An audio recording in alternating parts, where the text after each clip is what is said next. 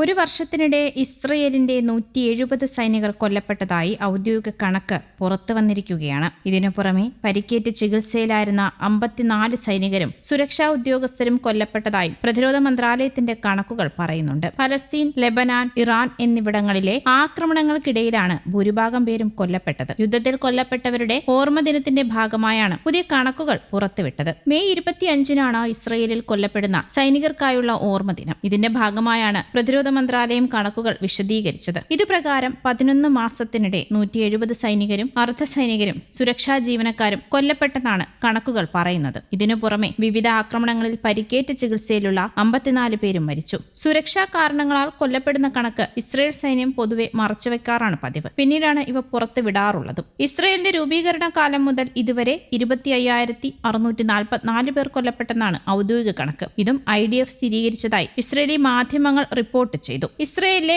52 ശ്മശാനങ്ങളിലായാണ് കൊല്ലപ്പെട്ടവരെ അടക്കിയത്. കഴിഞ്ഞ വർഷത്തെ ഇസ്രയേലിന്റെ ഇറാൻ, ലെബനാൻ, ഗസ ആക്രമണങ്ങളിലാണ് ഭൂരിഭാഗം പേരും കൊല്ലപ്പെട്ടത് എന്നാണ് കണക്കുകൾ വ്യക്തമാക്കുന്നത്. അതേസമയം പരമോന്നത നേതാവ് ആയത്തുള്ള ഖമേനിയുടെ മരണശേഷം ഇറാനിൽ അധികാരമേറ്റ പുതിയ ഭരണകൂടം മുൻപുള്ളതിനേക്കാൾ തീവ്രവും അപകടകാരിയുമാണെന്ന് ഇസ്രയേൽ പ്രതിരോധ സേനയുടെ മുന്നറിയിപ്പ് പുറത്തുവന്നതും വൻ വാർത്തയായിരുന്നു. നിലവിലെ ഭരണ നേതൃത്വം ഇസ്ലാമിക് റവല്യൂഷണറി ഗാർഡ് കോർപ്സിലെ കടുത്ത പ്രത്യയശാസ്ത്ര വാശിയുള്ളവരാൽ നിയന്ത്രിക്കപ്പെടുന്നതാണെന്നും ഇത് രാജ്യത്തിന്റെ നിലനിൽപ്പിന് തന്നെ വലിയ വെല്ലുവിളിയാണെന്നുമാണ് ഇസ്രയേൽ പാർലമെന്റിന് IDF മുന്നറിയിപ്പ് നൽകിയിരിക്കുന്നത്. പശ്ചിമേഷ്യയിൽ സമാധാനം കൊണ്ടുവരുന്നതിന്റെ ഭാഗമായി ഇസ്രയേലും ഹിസ്ബുള്ളയും തമ്മിലുള്ള മാസങ്ങൾ നീണ്ട രൂക്ഷമായ പോരാട്ടത്തിന് ഇപ്പോൾ താൽക്കാലിക ആശ്വാസവും കടന്നു വന്നിരിക്കുകയാണ്. 10 ദിവസത്തെ വെടിനിർത്തൽ കരാർ നിലവിൽ വന്നതായാണ് റിപ്പോർട്ടുകൾ പറയുന്നത്. അമേരിക്കൻ പ്രസിഡന്റ് ഡൊണാൾഡ് ട്രംപ് പ്രഖ്യാപിച്ച ഈ കരാറിനെ ഇസ്രയേൽ പ്രധാനമന്ത്രി ബെഞ്ചമിൻ നെതന്യാഹുവും ലെബനൻ പ്രസിഡന്റ് ജോസഫ് ഔനും സ്വാഗതം ചെയ്തതായാണ് റിപ്പോർട്ടുകൾ സൂചിപ്പിക്കുന്നത്. എന്നാൽ സമാധാന ശ്രമങ്ങൾക്കിടയിലും പ്രകോപനപരമായ പ്രസ്താവനയുമായി ഇസ്രയേൽ പ്രധാനമന്ത്രി രംഗത്ത് വന്നതും ചർച്ചയായിരുന്നു. വെടിനിർത്തൽ പ്രഖ്യാപിച്ചെങ്കിലും ദക്ഷിണ ലെബനാനിലെ സുരക്ഷാ മേഖലയിൽ നിന്ന് ഇസ്രയേൽ സൈന്യം പിന്മാറില്ല എന്ന് നെതന്യാഹു വ്യക്തമാക്കി. ലെബനാൻ അതിർത്തിക്കുള്ളിൽ 10 കിലോമീറ്റർ ചുറ്റളവിൽ ഇസ്രയേൽ സൈന്യം നിലയുറപ്പിക്കും. ഞങ്ങൾ ഇവിടേക്ക് വന്നിരിക്കുന്നത് മാറാനല്ല,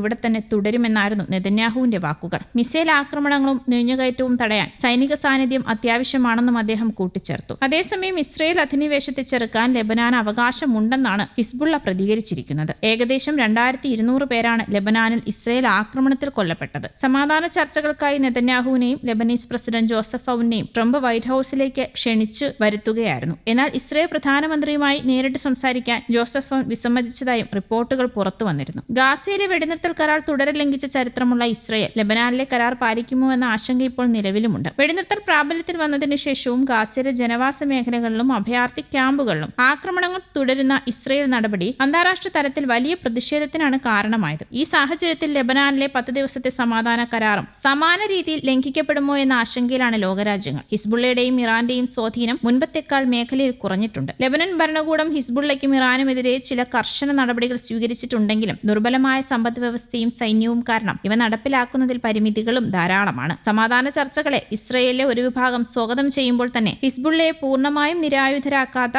വെടിനിർത്തൽ പ്രഖ്യാപിച്ചതിനെതിരെ വടക്കൻ ഇസ്രയേലിലെ ജനങ്ങളിൽ നിന്ന് പ്രതിഷേധം ഉയരുന്നതായും റിപ്പോർട്ടുകൾ ഇപ്പോൾ പുറത്തുവരുന്നുണ്ട്. News desk Kerala Kaumudi.